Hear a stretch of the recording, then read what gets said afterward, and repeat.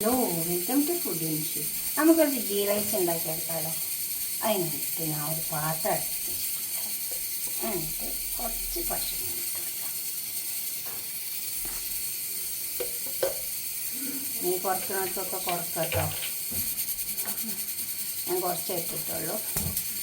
2 cup അരി എടുക്കുന്നുള്ളൂ. അപ്പോൾ അതിനനുസരിച്ചിട്ട് ഇട്ടിട്ടുള്ളൂ. കുറച്ച് അണ്ടിപ്പരിപ്പ്, മുന്തിരി, ഒരു നുള്ള നല്ല ജീരകം, അപ്പോൾ തന്നെ ഒരു ചെറിയ കഷ്ണം പട്ട, ബേ ലീഫ്, 2-3 കറിവേപ്പില, 2 ഏലക്കായ്, അത്രയും സാധനം ഇട്ടിട്ടുണ്ട്. നമുക്കൊന്ന് വറുത്തെടുക്കാം. നല്ല അധികം വറുത്തേണ്ട ആവശ്യമൊന്നുമില്ല. ഒന്ന് എണ്ണയിലിട്ടൊന്ന് വഴന്ന് വന്നാൽ മതി. കുറച്ച് റൈസിനുണ്ട് കേട്ടോ, ഈ ഉണക്കമുന്തിരി ഞാൻ തരിട്ട് കൊടുക്കും. സവാള ഇട്ട് കൊടുക്കാം. കുറച്ച്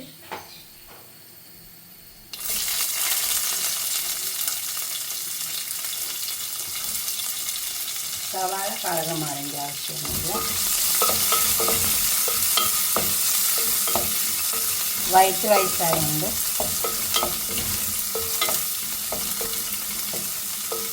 കളറൊന്നും മാറണ്ട. മൂത്ത് വന്നാൽ മതി. നമുക്കിതിലേക്ക് റൈസ് ഇട്ട് കൊടുക്കാം.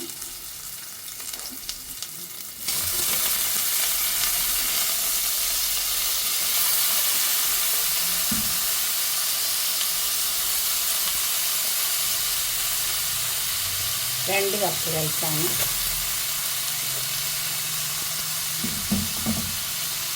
ഒരു കപ്പിന് 2 കപ്പ് പൊടി വെള്ളം എടുത്താൽ മതി.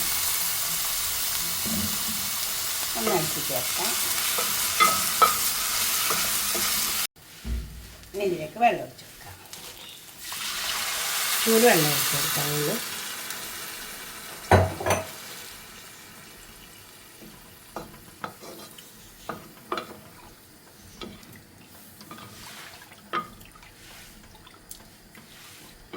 അതിനിത് ക്ലോസ് ചെയ്ത് കൊടുക്കാം.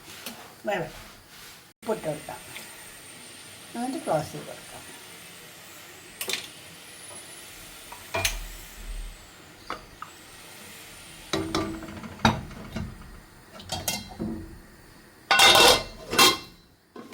ക്ലോസ് വേവട്ടെ. നമ്മൾ ചോറ് തയ്യാറായി. വെള്ളമൊക്കെ കണക്കാക്കി ഒഴിച്ചു കൊടുത്താൽ ഇപ്പം നല്ല നന്നായി വരുന്നുണ്ടാവും. നമുക്കിതൊരു പാത്രത്തിലേക്ക് സെർവ് ചെയ്യാം. ഇപ്പം നമ്മളുടെ ചോറ് ഇവിടെ കുറഞ്ഞ് വെച്ചിട്ടുണ്ട്. ഇതുപോലെ ഒന്ന് ഉണ്ടാക്കി വയ്ക്കുക. നല്ല നെയ്ച്ചോറാണ് ഇത്. ഉണ്ടാക്കിയിട്ട് നിങ്ങളുടെ അഭിപ്രായം നിർദ്ദേശമൊക്കെ കമൻറ്റ് ബോക്സിൽ അറിയിക്കുക. ലൈക്ക് ചെയ്യുക. അപ്പോൾ തന്നെ ഷെയർ ചെയ്യുക. സബ്സ്ക്രൈബ് ചെയ്യാത്തവരൊക്കെ ചെയ്യുക. അടുത്തൊരു വീഡിയോയ്ക്ക് നമുക്ക് പിന്നെ കാണാം.